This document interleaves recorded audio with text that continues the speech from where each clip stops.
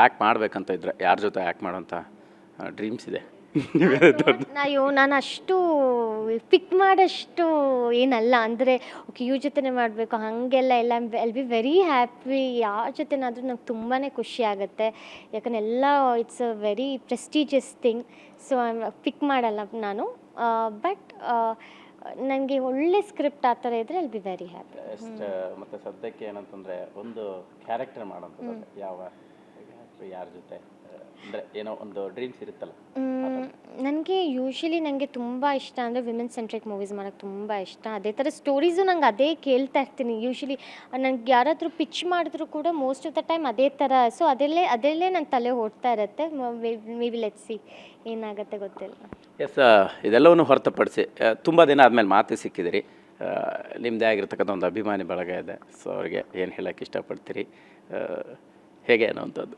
ಅಂದರೆ ನಾನು ಎಲ್ರಿಗೂ ಥ್ಯಾಂಕ್ ಯು ಹೇಳ್ತೀನಿ. ಆ್ಯಂಡ್ ಯಾವಾಗಲೂ ಸಪೋರ್ಟ್ ಮಾಡ್ತೀರಿ. ಇವಾಗ ನನ್ನ ಸಾಂಗ್ ಬೇರೆ ಬಂದಿದೆ, ಎಲ್ಲರೂ ಮೂವಿಗೆ ಹೋಗಿ ಸಾಂಗ್ನ ನೋಡಿ ಹೇಳಿ ಹೇಗಿದೆ ಅಂತ.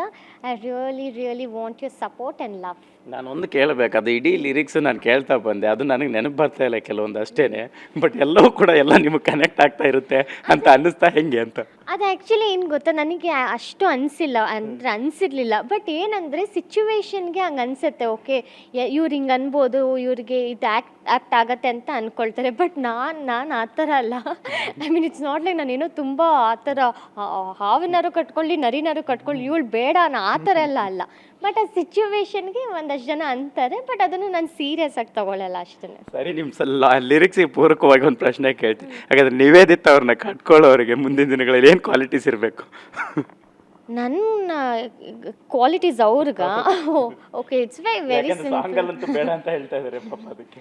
ಇಲ್ಲ ಅಂದರೆ ವೆರಿ ನೈಸ್, ತುಂಬ ಚೆನ್ನಾಗಿರಬೇಕು, ರೆಸ್ಪೆಕ್ಟ್ಫುಲ್ ಆಗಿರಬೇಕು, ಒಳ್ಳೆಯವರಾಗಿರಬೇಕು, ಮತ್ತು ತುಂಬ ತುಂಬ ತುಂಬ ತುಂಬ ಇಷ್ಟಪಡಬೇಕು, ಪ್ರೀತಿ ಮಾಡಬೇಕು ಅಷ್ಟೇ.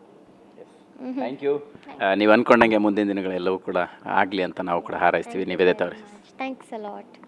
ಎಸ್, ಇದಿಷ್ಟು ನಿವೇದಿತ ಅವರ ಮಾತಾಗಿರ್ತಕ್ಕಂಥದ್ದು. ಅಂದರೆ ಇಡೀ ಅವರ ಒಂದು ಸಿನಿಮಾ ಜರ್ನಿ ಆಗಿರ್ಬೋದು, ಒಂದು ಟೋಟಲಿ ಅಭಿಮಾನಿಗಳವ್ರು ಹೇಳ್ತಕ್ಕಂತಹ ವಿಷಯ ಆಗಿರ್ಬೋದು, ಎಲ್ಲವೂ ಕೂಡ TV9 ಜೊತೆ ಮಾತನಾಡಿರ್ತಕ್ಕಂಥದ್ದು. ಕ್ಯಾಮ್ರಾ ಪರ್ಸನ್ ಸಂದೇಶ್ ಜೊತೆ ಮಾಲ್ತೇಶ್ ಜಗ್ಗಿನ್, TV9 ಬೆಂಗಳೂರು.